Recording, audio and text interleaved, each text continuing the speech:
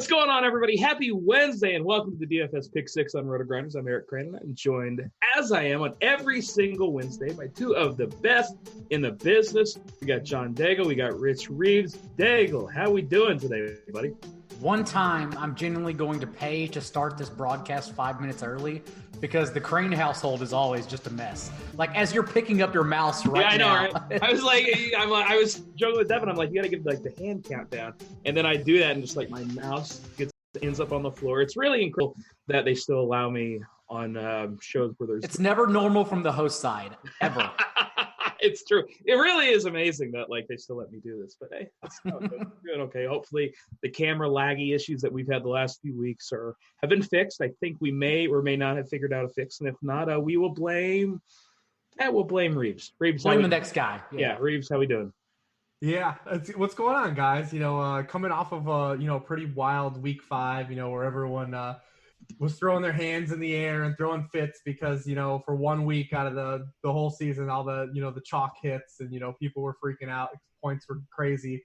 But where was everyone for the first 4 weeks? And we had like 2 really low scoring weeks. And, it was just 1 week, and everyone was freaking out last week because Will Fuller finally hit. You know what? Everybody, like, anytime somebody like Will Fuller is going to be chopped, I'm so happy to fade him right up until they go for like, I don't know, 50-ish, then I'm just screwed at that point. Daigle, how was your week 5? Yeah, I mean, I was overweight in Hopkins in tournaments over Fuller. Fuller was an easy cash play. So tournaments, I didn't do too well, but for the most part in cash, I swept. I think I ended up with 255.4, which was a solid number for cash this week on DK. So it was still a good week overall. Yeah, that must be nice. Reeves, how was your week 5? It was solid, man. I mean, yeah, it's one of those things like, didn't have 350 anywhere, but, it's like, hey, what are you going to do? I mean, yeah, Will Fuller was, listen, we were playing Will Fuller till the wheels fell off, and everyone else was apparently too. So, everyone got their wish. We'll see if we go back to the well this week, or if, we just want to go and chase his teammate. Yeah, I'm going to be chasing his teammate because, well, it worked for all the Will Fuller people. They just played him every single week till he finally hit. I'm hoping to do that with DeAndre Hopkins at this point. But I'm going to go with Odell Beckham still. I'm just going to play Odell Beckham now until he hits. God, this has been a weird year. We're going to talk about Odell Beckham a little bit later. Don't you worry. Okay, all right. I'm glad. Thank goodness, because this show hasn't been sad enough. All right, let's go ahead and start it off with the game where Will Fuller and DeAndre Hopkins will be playing. Houston at Kansas City, the Chiefs. 5-point favorites in a game with a 54.5 total. And Reeves, this is the game. This is the game that everybody's going to be targeting. Everybody's going to say, I have to have pieces here. Deshaun Watson and Patrick Mahomes, obviously 2 of the top quarterback plays. The running games here. Houston, we don't want any of these guys. Kansas City, we can't play any of these guys because we don't know what's going to happen. It's all about the passing game here for me. And Reeves, I'm going to have a tough time playing a lineup without pieces of this game. Yeah, I think a lot of people feel similarly. I mean, I don't know if you heard, though, but Patrick Mahomes has been canceled. He's been exposed. Oh, yeah, he sucks now. He's no longer any good. He can't defeat man coverage. He was the Colts blitzed at the highest rate. I do give the Colts credit, though, because, we talk about Matt Eberflus and that system that they've run there in Indianapolis, a little over a year. And they've been a strict zone cover 2 team. And they came out of it in the second half of that game. They played, all-man coverage. They blitzed at the highest rate. Patrick Mahomes has been blitzed in his career. And, they stymied them and, they got down. I mean, granted, Sammy Watkins got hurt. And also Sammy Watkins is like the king of that plays 5 snaps or less and leaves the game. And then, no Tyreek Hill. Andrew Wiley left that game. A lot of things were working, against, Patrick Mahomes. But even a mortal version of Patrick Mahomes the past 2 weeks is still thrown for 300 yards in each game. He still had over 20 DK points, 18, standard fantasy points, been a top 12 quarterback. I mean, you look at Houston, they've had 2 games against Gardner Minshew and Kyle Allen, but outside of that have really given up, a plethora of points to quarterbacks, Drew Brees, Phillip Rivers, and Matt Ryan last week. The interesting thing here is, the Chiefs have a really weird inverse home road splits, and this goes back beyond Patrick Mahomes. It's under Andy Reid as well. They actually have an NFL worst home away differential. In Arrowhead, just points come way down.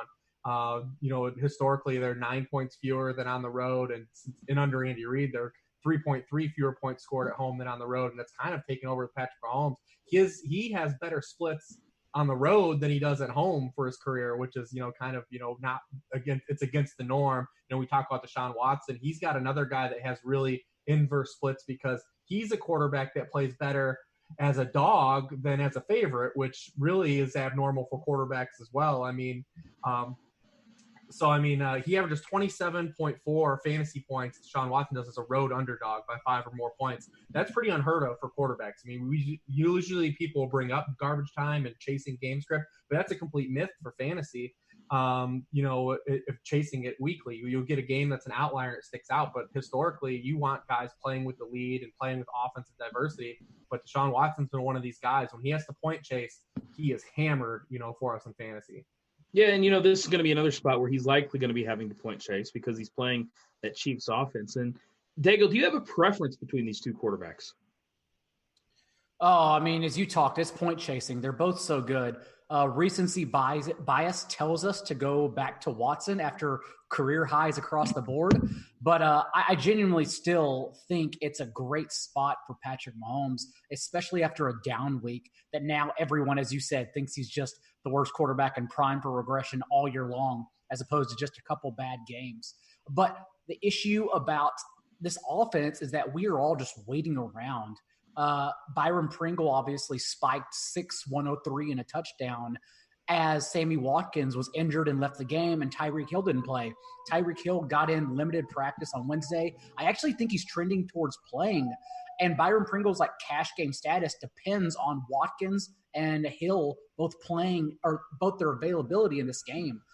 Either way, I don't fret too much, as Reeves talked about. It's just a smash spot for the Chiefs offense and Mahomes and on bounce back as a whole now.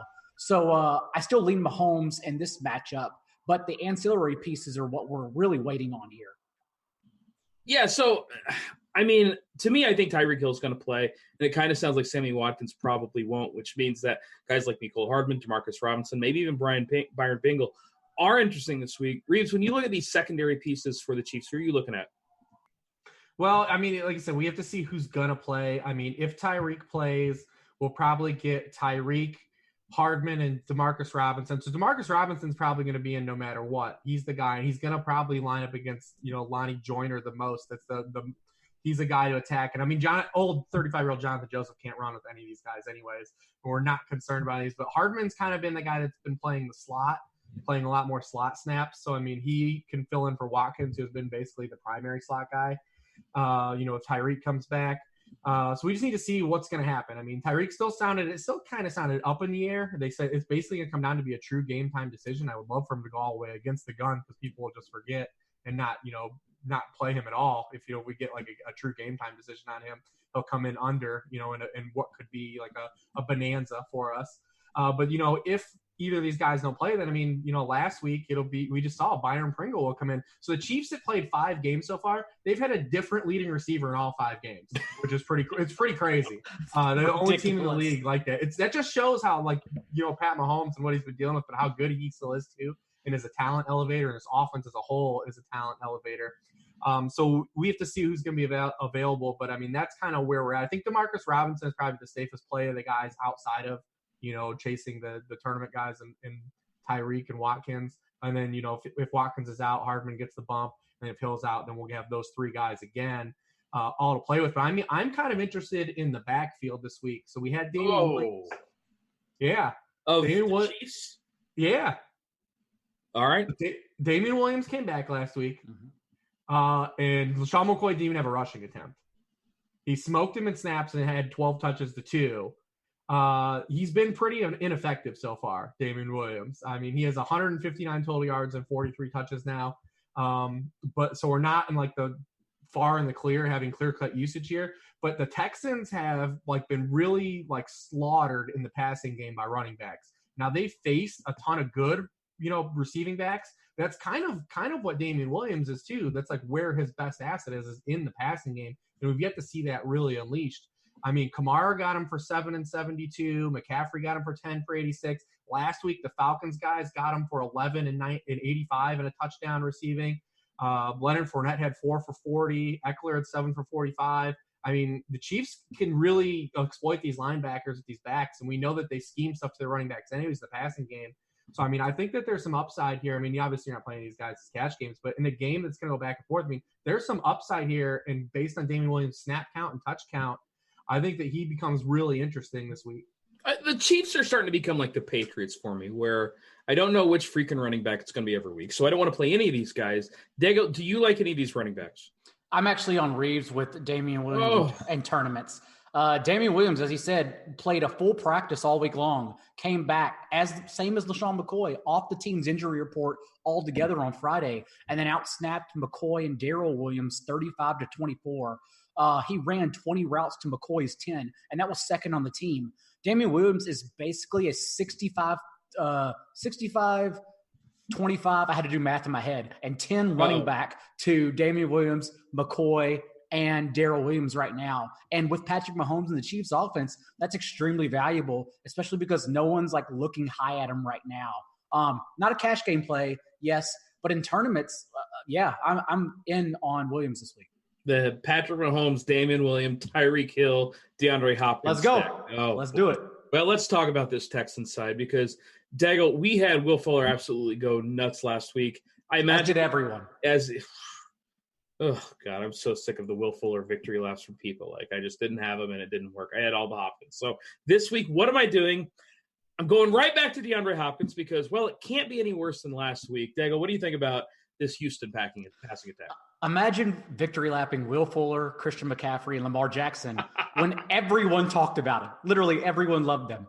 But nonetheless, here we are.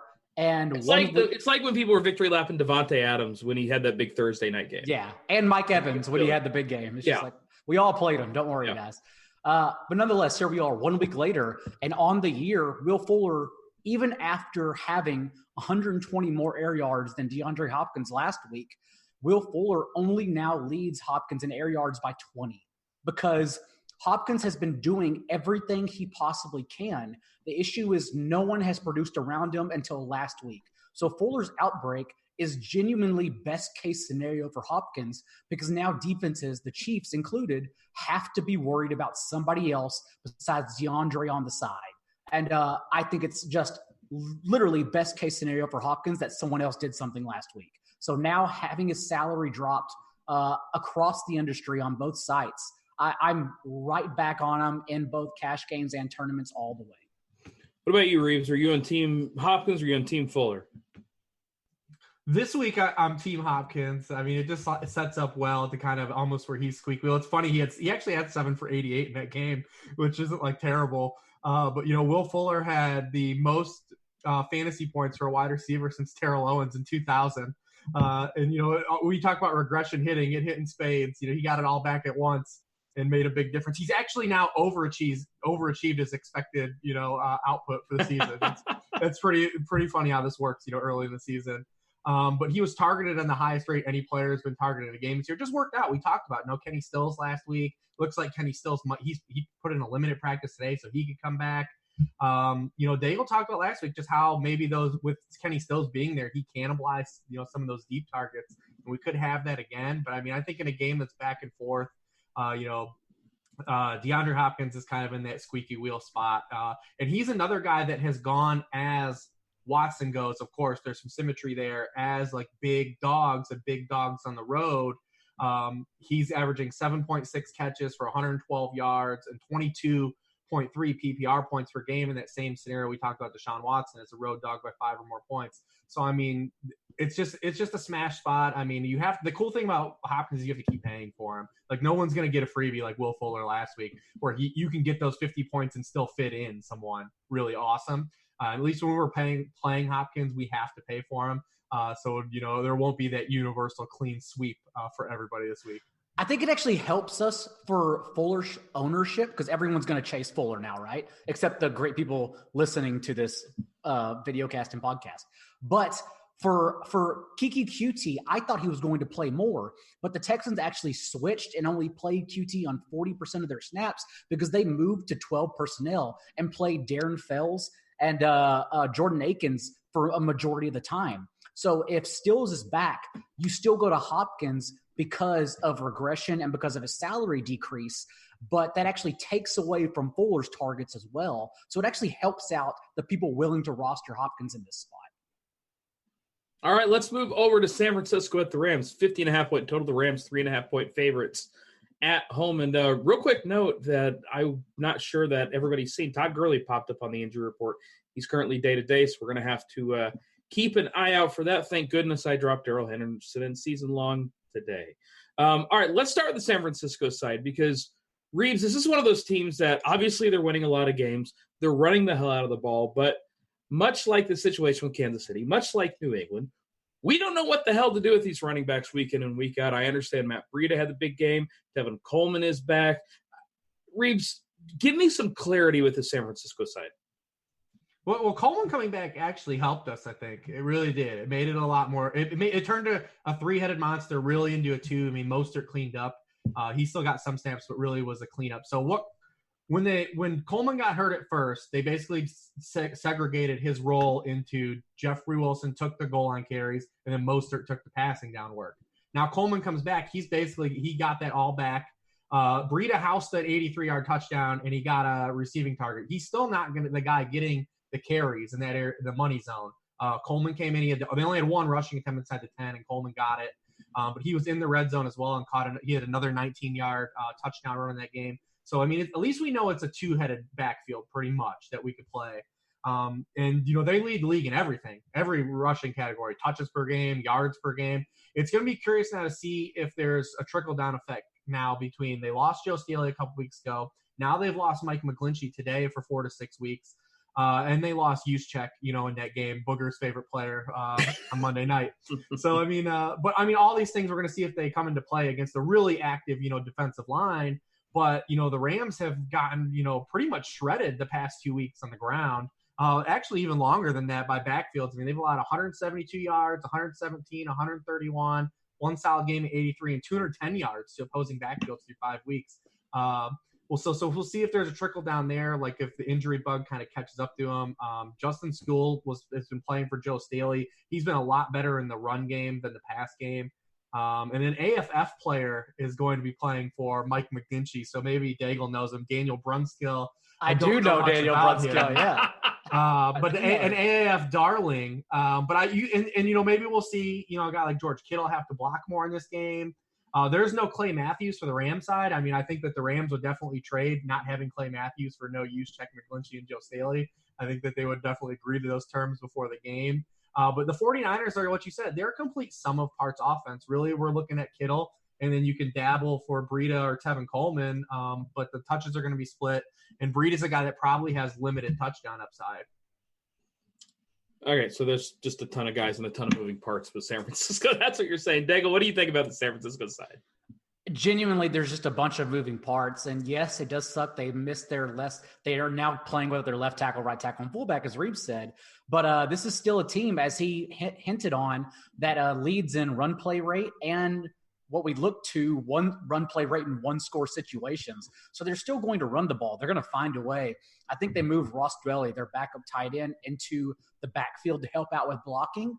But it is best case scenario, seriously, that they are now two-headed in Tevin Coleman and Matt Breida. I still think, though, given the 5-man rotation, six-man sometimes that they play at wide receiver, Dante Pettis, for instance, led all their wide receivers in snaps last week with 63%. But even if he would have held on to the touchdown he dropped at the end, would have finished with 240 and a touchdown to lead their whole receiving corps. It's clearly George Kittle or nothing from the receiving game. So sprinkling in these pieces for tournaments is just sketchy because it's all guesswork. So it can hit, but who you guess, it's just wild. So it's really 2 running backs or Kittle for me, and that's it.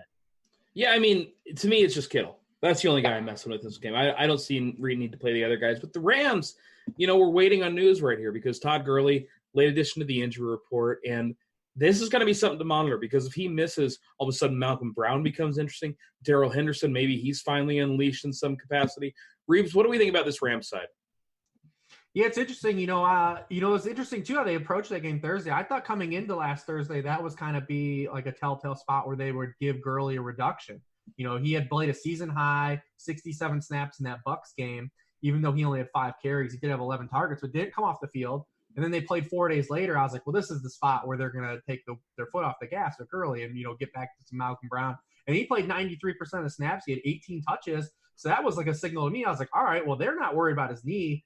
The only thing is that Todd Gurley's still bad at football this year. Like, he's like, that's the thing. I mean, he's completely had touchdown deodorant.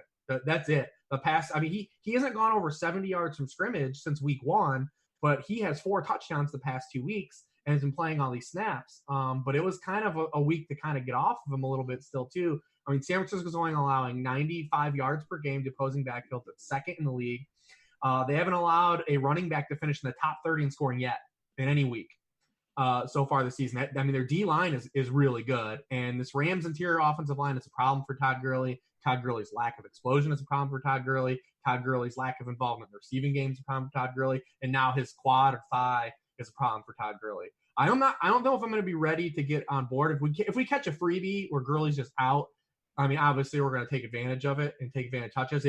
All signals point to it being Malcolm Brown if you looked at the start of the season. So, I mean, I don't know if I would get cute with Darrell Henderson, a guy that has gotten no time in the field at all whatsoever and was playing the entire preseason while Malcolm Brown was put in bubble wrap.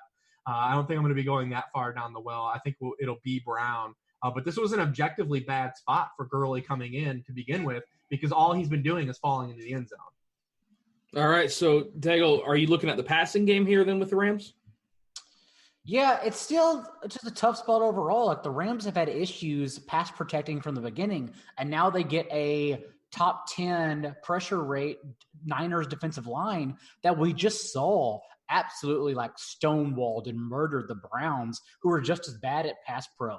This Niners defensive line and defense as a whole are just so underrated. And they're almost like the Bears last year in season long, where you just lock them in and they're matchup proof. You don't even worry about it. So that is concerning.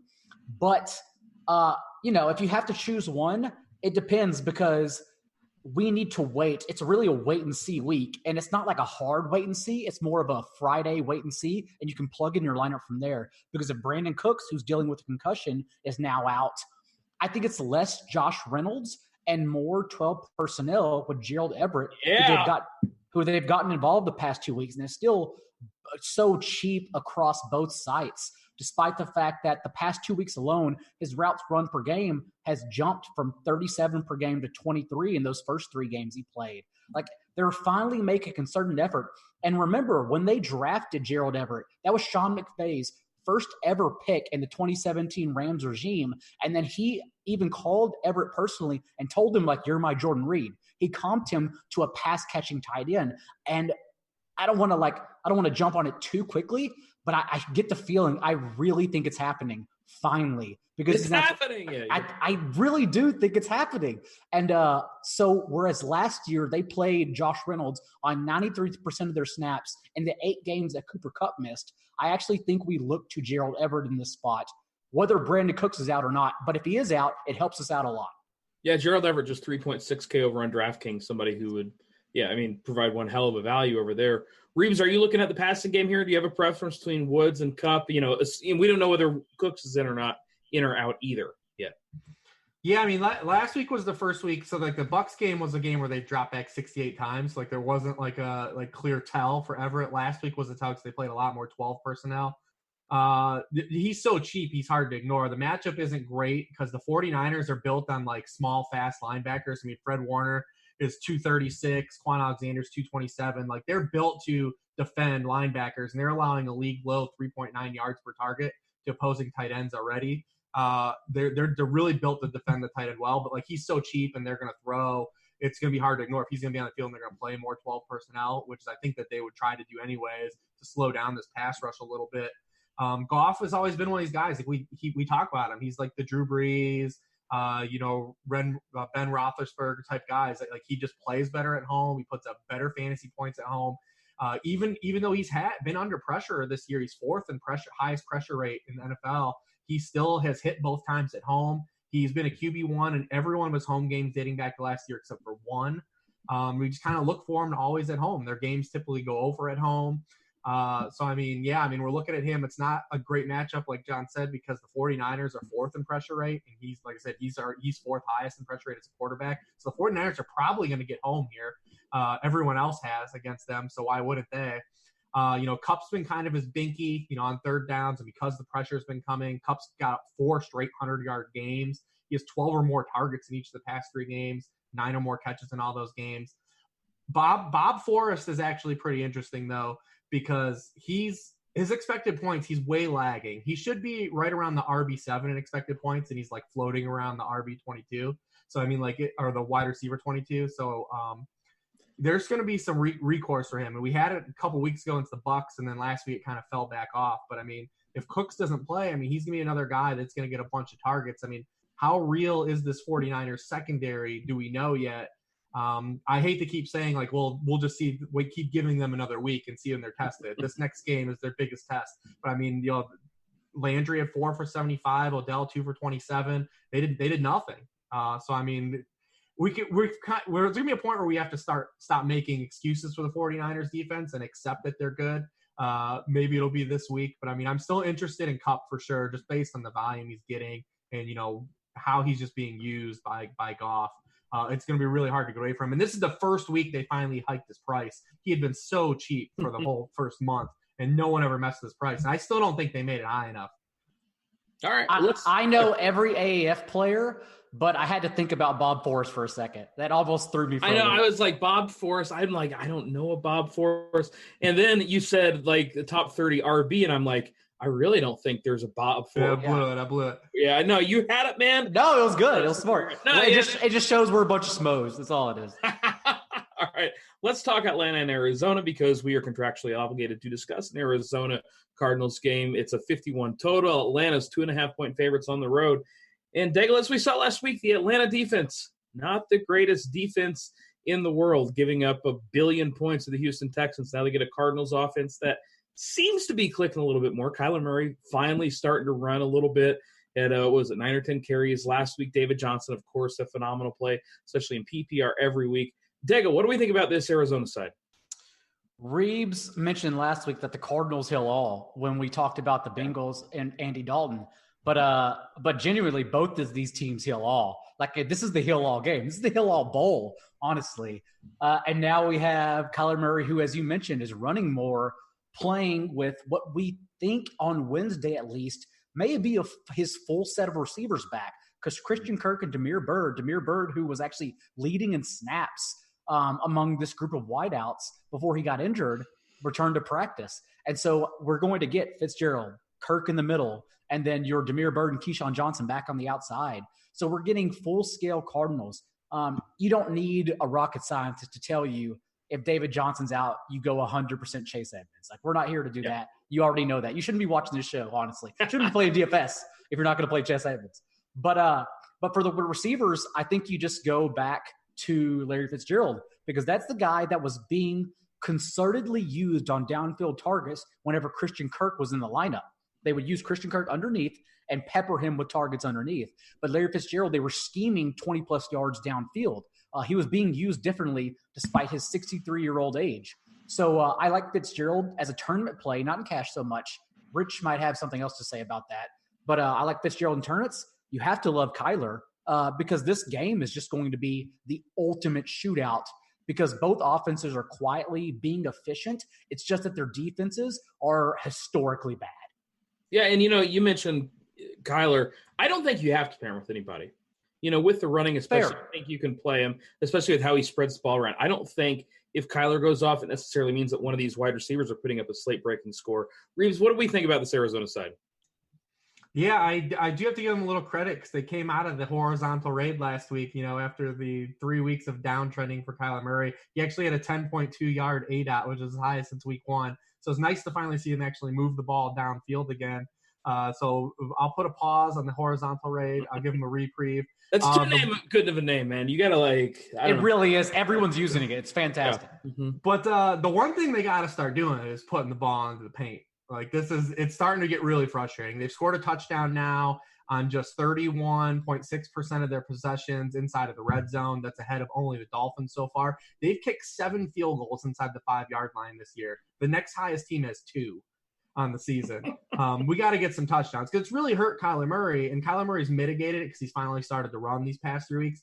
but he's thrown a touchdown pass for once every 331 passing yards. It's ahead of just Josh Rosen for quarterbacks a touchdown pass this season. League average is 167.9 passing yards per touchdown pass. So, I mean, there's got to be some recoil coming, and if it's going to come, why not here, where the Falcons are allowing a touchdown pass once every 109.7 yards passing? That's 30th in the league. Like I said, they're kind of another one of these defenses that kind of lifts all tides. So if you're going to break out of a passing touchdown slump, I mean, why not against the Falcons, who allowed passing touchdowns to just about everyone? He actually has, and Kyler actually has more rushing yards than Lamar Jackson the last 3 weeks. So we're getting a little bit of that Konami juice, which is giving him. He's had 16 or more fantasy points in all 5 of his starts, so he's hit some value. DraftKings has priced him up highly regularly. FanDuel is not. FanDuel's kept him in like that 75 range pretty much the whole season, and he's still there again this week. I think he's 77 or 76. I'm sure someone will correct me on that, but he's still a little bit of a value over there because he's running around, and you might get some upside there. But yeah, I mean, for the receivers, you haven't had to really latch on to them because there have been no touchdowns to go around. And if they are going to throw a touchdown, it's probably going to go to Larry Fitzgerald. And the other thing too is the Falcons are just getting slaughtered in the slot, which is where both he and Christian Kirk played. They're last in the league in points allowed to opposing slot wideouts. They've allowed lines of 8 catches, 115 yards, 4 for 47, 8 for 59 and 2, 10 for 116 and a touchdown. And then 2 for 17 in the opener to slot wideouts per game. That's because the Vikings threw 10 total passes in that game in the opener. So, I mean, yeah, I think you can play Kyler naked. You can stack him inversely with the other side. And then, yeah, if David Johnson happens to be out, it really hurts too because I don't think with the back injury, I don't know if David Johnson was probably going to be a cash game play this week, and I don't think he can be now based on, him coming out of that game. And, backs are really not something we want to mess around with. But this slate is kind of interesting. We'll talk about it when we get to like the later on for the running backs. His main slate running back is pretty interesting this week, but I don't think that you can go to him now with a back injury. Yeah, I've heard some people talking about, well, the Falcons are better against running backs out of the backfield because they haven't given up as much production this year. They faced Houston, Tennessee, and Indy the last 3 weeks. Not exactly 3 teams that throw to their running backs a ton. So if you're thinking that, don't even worry about it. David Johnson, if he plays, I think he has a huge game. And if he misses, yeah, just get Chase Edmonds in all your lineups. Don't get cute. Atlanta side, obviously Matt Ryan has been – I think he's looked bad, but from a fantasy standpoint, he's been really consistent. Daigle, you're shaking your head no. Go ahead, man. No, I was shaking my head no as to agree with you because I was confused like you. It's like their offense really has been underwhelming when you watch them. It lacks – vivid, like it lacks vigor and explosiveness and fun. Honestly, we don't like vigorless offenses. but then you look at Ryan's stats and he throws for over 300 every week. And it's because their offense. It's because their defense is legitimately one of the worst in the leagues. And you look at how they've contained running backs, and that's why it doesn't make sense. But it's just the fact that efficiently they're being inefficient. Like they're just. Ryan does nothing last week, for instance, against the Texans, but score. And then every time he looks up, the Texans just move down the field for another scoring drive. And he's just like, dude, like, what more do you want me to do? Like, Ryan cannot do anything more. But thus, that has made all of them valuable. Calvin Ridley, finally a bounce back last week. I wish we knew Julio Jones' status, and we think he plays. He didn't play today with a back injury, quote-unquote back injury. It's probably veteran rest. He'll probably play, and if he does, same with David Johnson. If he plays, we've seen how much injury matters in skilled players this year, and the fact is it just hasn't mattered at all. You still just roster guys if they play. So you're going to all them, and honestly, I think it's only been 1 week, but probably as well, people have forgotten about the tight end flow charts because Austin Hooper hasn't run a season low 18 routes or whatever it was that Tyler Eifert did in that trap spot last week. So it's just another smash spot for Austin Hooper, who's going to finish like top 6 tight end in season long, top 5 probably, and is just an amazing, more than a safety valve. He's being schemed open in this offense, and they have to use him and Mohamed Sanu regularly because they can't stop anyone. They're in constant shootouts, and that will again be the case this week. Yeah, you mentioned Austin Hooper just crushing it all year, and he's somebody that I've just whiffed on big time. And I've got this mental block where I always say, well, you can't play Austin Hooper because there's no upside. And Reeves, as we've seen this year, that has just not been the case, which is, I guess I have to get over my own mental block because he has been crushing it. And, again, we expect Arizona to score here. There's little reason to think that Atlanta won't be scoring too. Yeah, I mean, well, this situation is that they're the Steelers from last year. I mean, it's completely what it is. They're number one in the league in pass rate. They trail by double-digit points almost every game. And Austin Hooper leads the league in routes run on the season. Matt Ryan leads the league in completions and pass attempts in the season. I mean, they just throw the entire game. It doesn't matter that Matt Ryan throws a crippling interception every game. It gets usually run back for a touchdown because they have to drop back and throw every play as basically a pass. Maybe that totally won't be the case here because the Cardinals aren't a team that really are going to run away from anybody.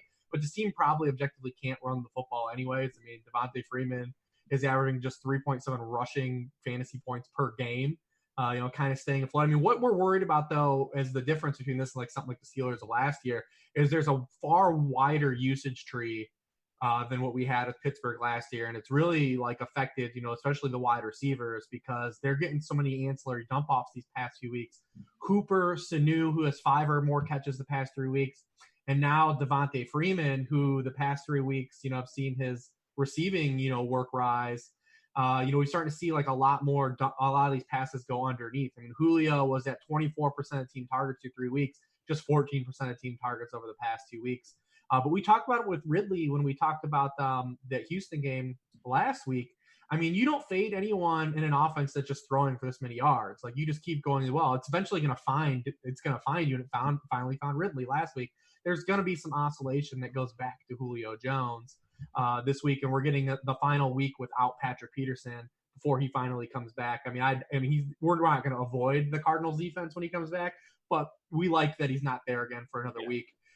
Absolutely. So, I mean, it's just a pass game to keep going to the well on because they can't run. They're constantly trailing, and they're just going to put up a lot of passing yards. So, I mean, let's just swerve into it. Yeah, low-key, Arizona's claimed Trevor Williams off of waivers, and if he ever gets healthy, I actually think him and Patrick Peterson, when Peterson comes back, could really fix this Arizona secondary. All right, let's go on because we've got, we just talked about 3 games that are by far the 3 best games on this slate.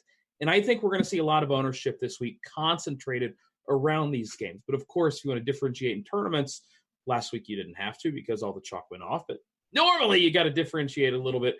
So, Reeves, outside of those games that we've talked about, who are some of the quarterbacks you're looking at this week? Well, we've got a logjam at the top, right? Where people either want to play Mahomes, they want to play Watson. Those are the 2 guys they're going to want to play. And then if not, they'll want to play the 2 guys we just talked about, Kyler Murray and Matt Ryan. Well, who's the other guy that's priced up there that's probably going to go overlooked? Came off of his worst game of his career. Lamar Jackson gets a home game against the Bengals, who have already, like we saw them allow strong rushing games to Kyler Murray, 93 yards. Josh Allen ran for 46 yards on them. It's just a smash spot at home against the Bengals, circling the drain already. Talking about possibly trading A.J. Green. Like it's a team that has no fight in them. They were down big at home last week to the Cardinals, who were winless. A West Coast team going to the East Coast. They had to fight back to get in that game. So, I mean, I'm looking at Lamar Jackson, and he's probably – people are just going to bypass him at the top trying to play those other guys that are priced up there. Yeah, I have no problem with Lamar Jackson any week. Daigle, what do you think about some of the quarterbacks? Yeah, well, it's another one I'm looking at is Matt Ryan, but we just talked in depth about him, so that's an obvious one. If you want to go a little bit off the board – well, it depends how really – let's not go too far off the board just yet. But let's just say that Russell Wilson, again, against this Browns defense, whether they have Denzel Ward and Greedy Williams back or not, we've seen – like they're averaging 9.4 yards per attempt passing the ball in neutral situations, despite the fact that they just choose not to run in neutral situations. Like Russell Wilson is a Hall of Famer that is just being contained week in and week out by the hierarchy in place. It's not his fault at all. And yet he just continues to absolute smash as a top 2 quarterback in season-long fantasy. It's insanity. And this Seattle defense is bottom 5, and this is just setting up for an Odell Beckham speech next round. But this Seattle defense is just – it's bad. It's bottom 3, I believe, in quarterback hits, bottom third of the league in both sack rate and sacks.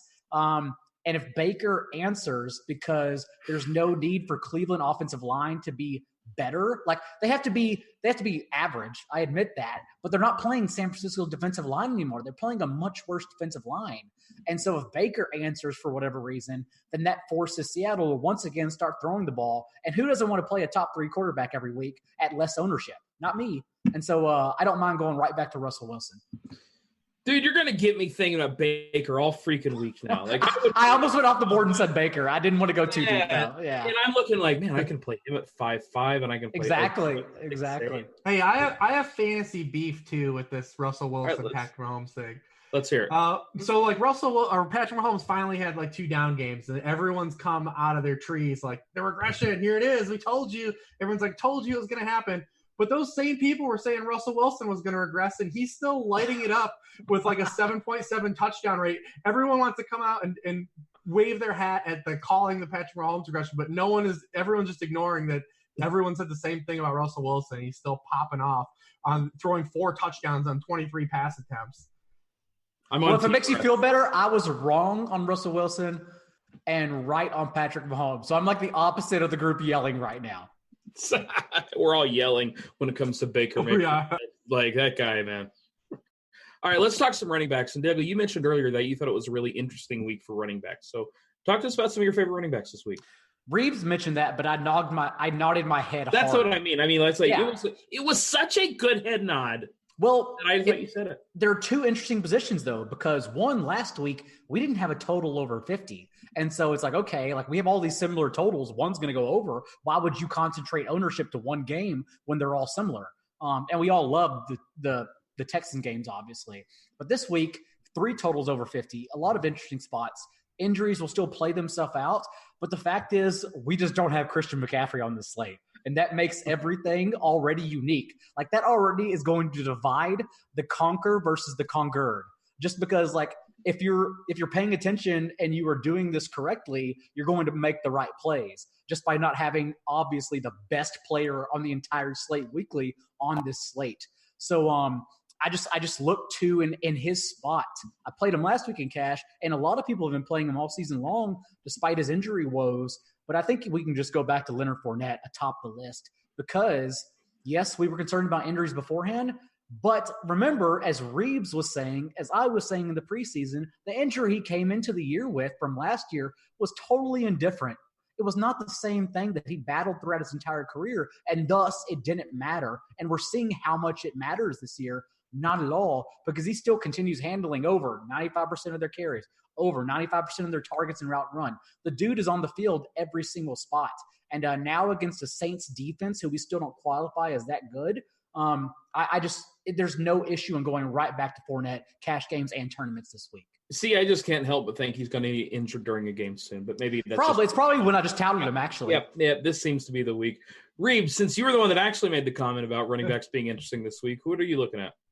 Yeah, I mean, I love it because there's, we don't have McCaffrey, so we don't have the auto play. And I'm curious to see when McCaffrey gets up because last week it was around this time. Last year it was around this time when Gurley got to 10K on DK. He never went over 10K on DK, but he was up to 11. He got up to 11.2 on FanDuel. So I've been waiting for McCaffrey to get there because he's been better through this point of the season than Gurley even was last year. So we don't have him removed. We've got Dalvin Cook against the Eagles, who have been a defense we've constantly avoided. And we saw Dalvin Cook in a similar spot against the Bears a couple weeks ago have his, air quotes, worst game of the year. He found the end zone, but, only 35 yards rushing. The good thing about him is he's involved in the pass game heavily. We've got Ezekiel Elliott, who's not catching passes against a Jets team who hasn't allowed any running back to go over 70 yards in a game this season yet. Daigle mentioned Fournette. The Saints haven't allowed a 100-yard rusher since Samaje Perine in Week 11 of 2017. That's an incredible stat, by the way. Yeah. I don't care, but that's an incredible stat. We're not fading any of those guys because these are guys that aren't coming off the field. We don't fade those guys. We won't fade running back touches ever, even in tough matchups. But it makes the slate interesting to me because those guys have lower floors and maybe lower ceilings than they typically would on a given week. So, I like going under the hood. I think Nick Chubb is a guy that's going to get overlooked, at home against the defense that we objectively just said we don't think is good. And is, the Seattle's a team that record-wise, I believe, has played above all their peripheral stats and point differential and everything else. A guy that no one's going to want to play, but is severely underpriced for his usage is Le'Veon Bell. He's going to get Sam Darnold back.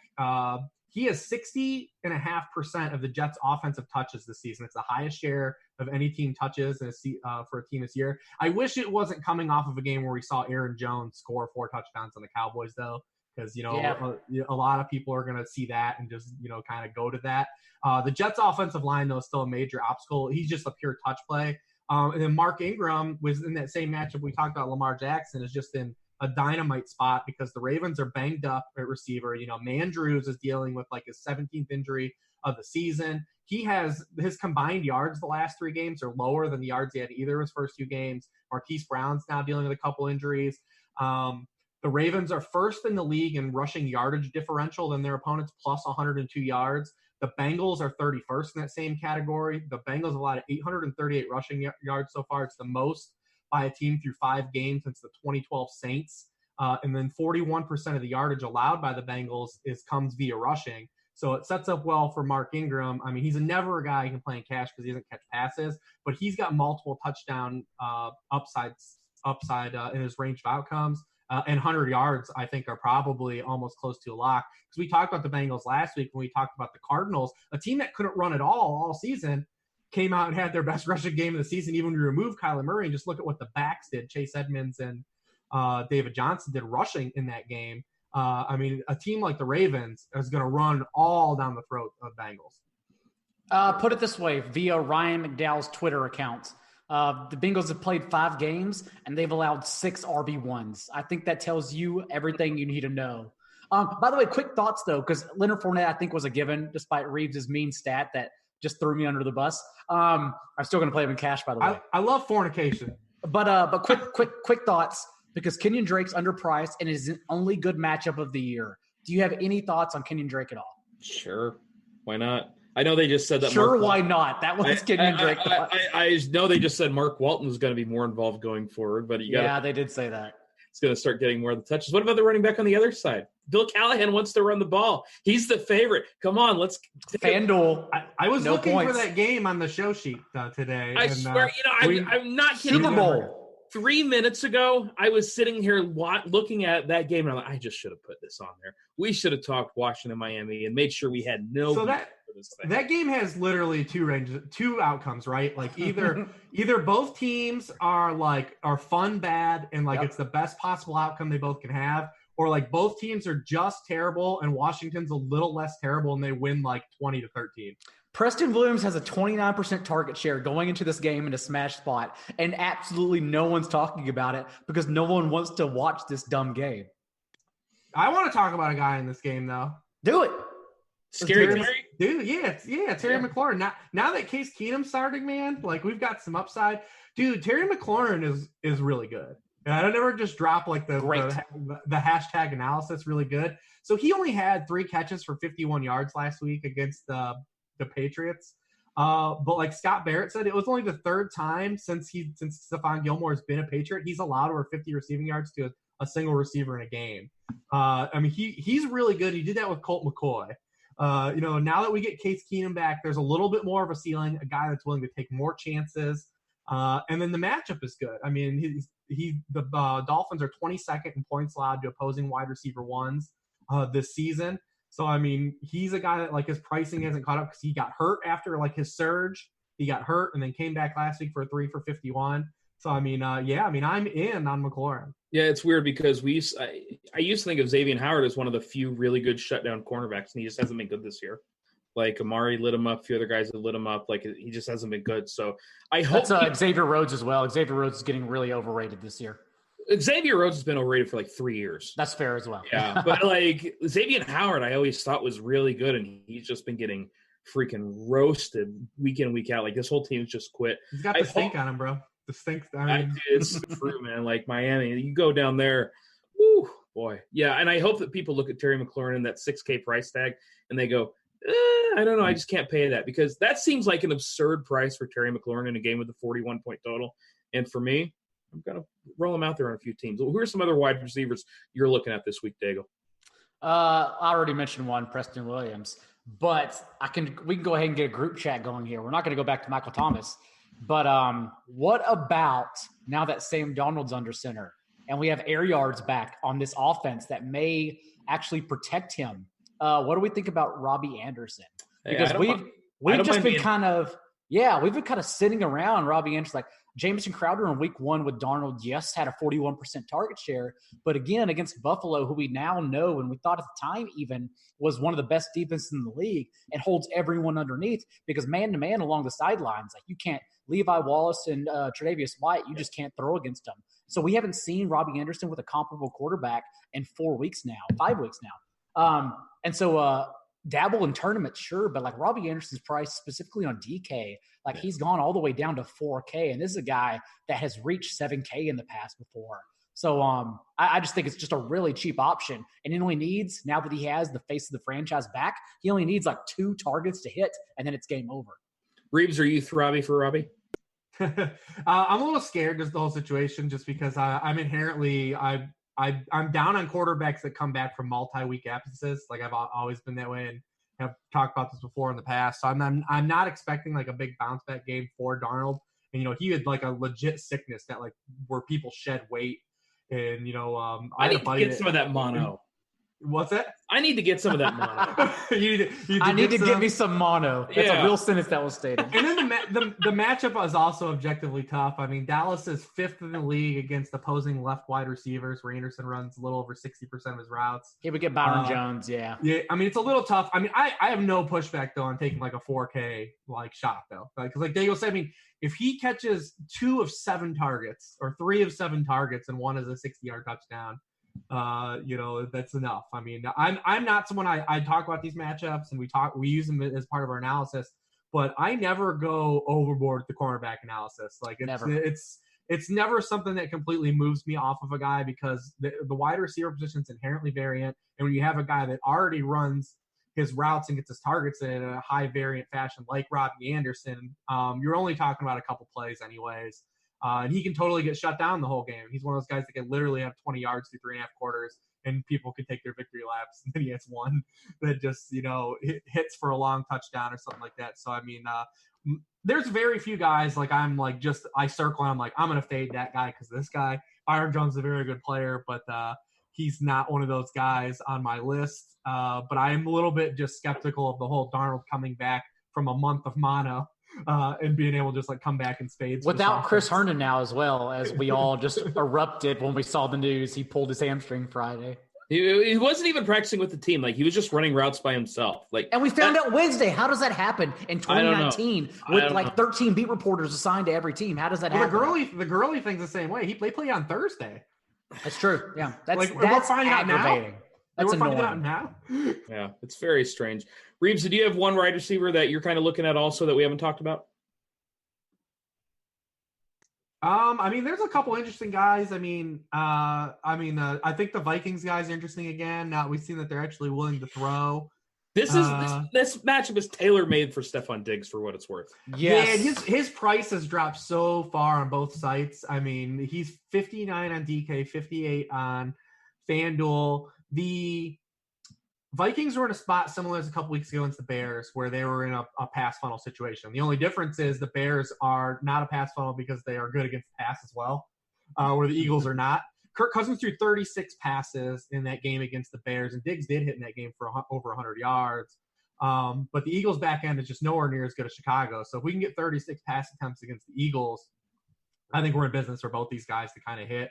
Obviously, Dalvin Cook's going to be heavily involved in the passing game as well. And they're not even asking Kyle Rudolph to even go out for passes at this point.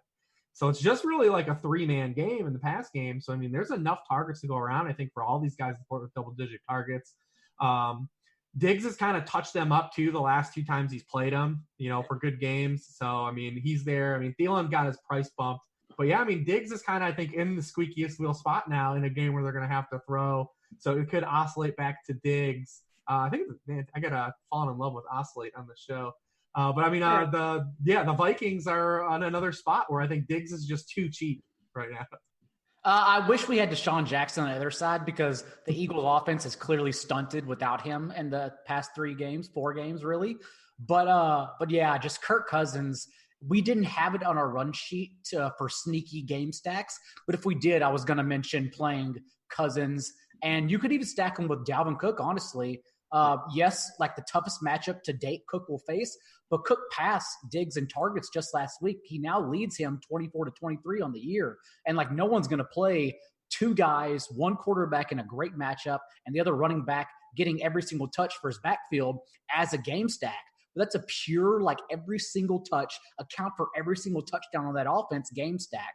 But again, for a game stack, you need the Eagles to answer, and I'm not sure where they answer, honestly. I don't know. I don't really see it for Philly. Like, yeah, maybe Alshon on the outside, but like we need Deshaun Jackson back for a variety of reasons, man. Yeah, like it's weird because I don't think I've ever been as confident in a low-owned play as I was last week in Alshon Jeffrey. So like I have I got like the goosebumps on me and everything every time. The positive thing is that the Giants didn't answer last week though, and they at least stuck with it. That's true. Vikings did. Yeah. And they know they're probably not going to be able to run the ball. Now that might push people off of Dalvin Cook.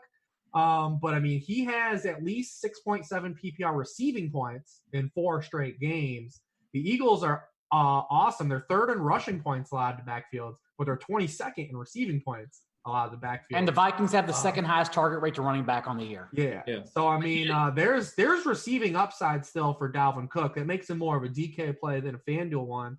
But I mean, I think that people are going to force him in anyways, just because he's been so good, and they can't click Christian McCaffrey, so they're just going to click the next known.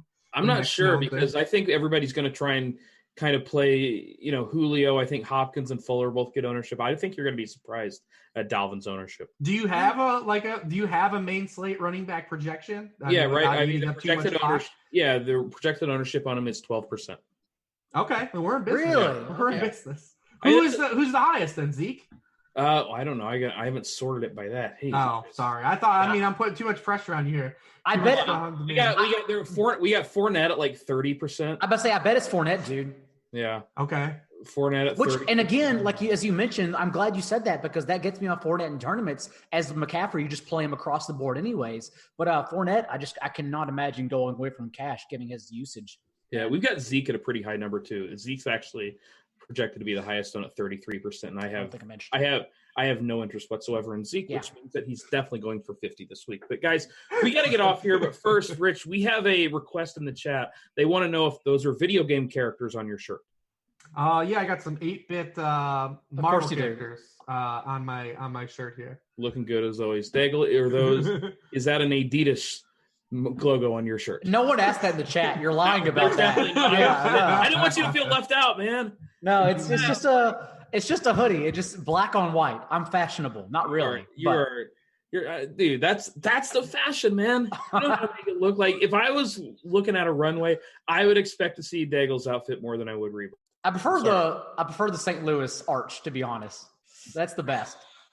I hope the Atlanta Falcons do better against the Cardinals than the Atlanta Braves did against the Cardinals.